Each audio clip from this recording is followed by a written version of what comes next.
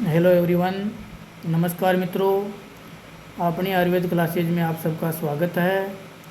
Last lecture में हमने जो रस शास्त्र का इम्पोर्टेंट टॉपिक है रतन, उसमें जाना था कि रतन 9 टाइप्स के होते हैं। इनको याद करने के लिए हमने एक ट्रिक भी जानी थी। और रतन किसे कहते हैं, दिखने में ये कैसे होते हैं, इस लेक्चर में हम जानेंगे। एक एक करके सबसे पहले जानेंगे हम माणिक्य रतन के बारे में। तो माणिक्य को रूबी भी बोला जाता है। इमेज में आपको दिखाई दे रहा है, ये दिखने में इस टाइप का होता है। संस्कृत में हम इसको माणिक्यम बोलते हैं, हिंदी में इसको माणिक्य, इंग्लिश में रूबी। और केमिकल जो फॉर्मूला है इसका वो Al2O3 है। इसकी हार्डनेस 9 यूनिट है और जो रिलेटिव डेंसिटी है, अपेक्षिक घनत्व है, वो है 4। इसको हम माणिक्य, रंग माणिक्य, रवि रतन, रवि प्रिय, लोहित, सोन रतन, कुरुविंद, इन नामों से भी पहचानते हैं।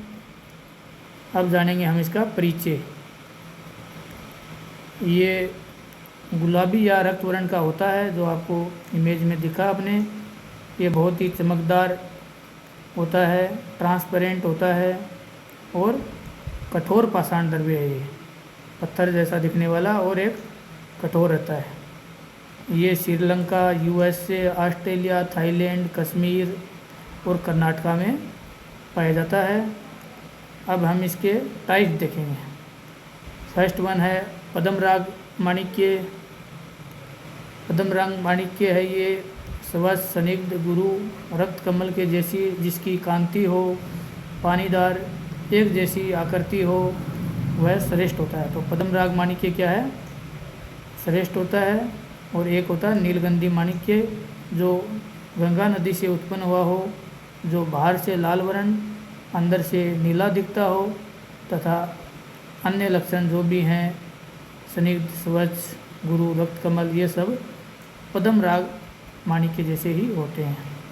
अब हम जानेंगे ग्राह्य माणिक्य के लक्षण कि जो यूजफुल या ग्रहण करने योग्य है माणिक्य, उसके लक्षण हैं रक्त वर्ण, मतलब रक्त कमल के समान होना चाहिए, सुंदर होना चाहिए, चमकदार होना चाहिए, स्निग्ध होना चाहिए और भारी और एक समान आकृति का होना चाहिए।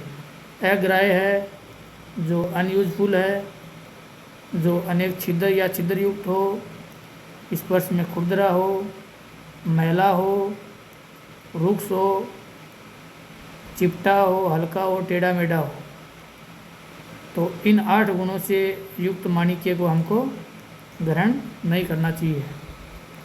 अब हमने शोधन की सामान्य विधि तो हमने लास्ट लेक्चर में जानी थी, सभी जो रत्न हैं उनके शोधन की। इस लेक्चर में हम एक एक करके, जैसे माणिक्य के शोधन के लिए सभी लगभग दोला यंत्र यूज में लिया जाता है। दोला यंत्र में निम्बू सवरस से एक प्रहर मीन्स 3 घंटे संवेदन करने पे ये शुद्ध हो जाता है। कि पोटली में हम सबसे पहले माणिक्य को है इनको बांध देंगे और इसके बाद में इसमें निम्बू सवरस से संवेदन करने पे ये शुद्ध हो जाता है। मारण के लिए या भस्मीकरण के लिए इसमें शुद्ध गंधक है, शुद्ध मनयशिला है और हड़ताल है।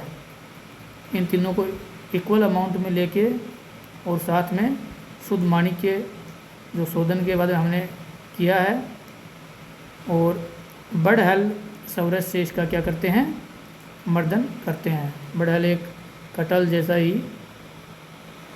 फल होता है, तो इससे हम मर्दन करके टिकिया बनाकर श्राव संपुट कर इसको हम गजपुट में पाक करते हैं। पुट यंत्र में हमने पढ़ा था कि गजपुट क्या होता है और गजपुट के बारे में जाना था। और इसमें ये 8 बार करने से इसकी भस्म बन जाती है। ये भस्म श्वेत वर्ण की होती है। अब है माणिक्य की पिष्टी। पिष्टी कैसे बनाते हैं, जब शुद्ध माणिक्य हो जाता है तो उसको सूक्ष्म चूर्ण बना लेते हैं। इसको खरल यंत्र में गुलाब जल की से भावना देते हैं 3-4 दिन तक, और 6 घंटे तक मर्दन करने पे ये पिष्टि में परिवर्तित हो जाता है। इस पिष्टि के गुण हैं बहुत ही यूज़फुल है ये। दीपन, वर्ष, मेधे, रसायन, रस मधुर, वात पित्त नाशक होता है। इसकी मात्रा जो अनुपान में हमको लेनी है वो 1/4 to 1/2 रत्ती होती है। एक रत्ती में 125 mg के लगभग होता है, तो आधी रत्ती तक ही हम ले सकते हैं, मतलब 60 mg तक। इसका अनुपान है वो मधु के साथ करना चाहिए। इससे बनने वाली औषधियाँ हैं, उनके नाम है ब्राह्मीवटी, मणिपर्पटी रस, ज्वार मोरावटी और नरवतन राजमृगांक रस। तो ये सब इनसे बनने वाली औषधि हैं। तो इस लेक्चर में हमने अभी जाना है रतन का जो बहुत ही इम्पोर्टेंट फर्स्ट वन है वो है माणिक्य के बारे में। धन्यवाद।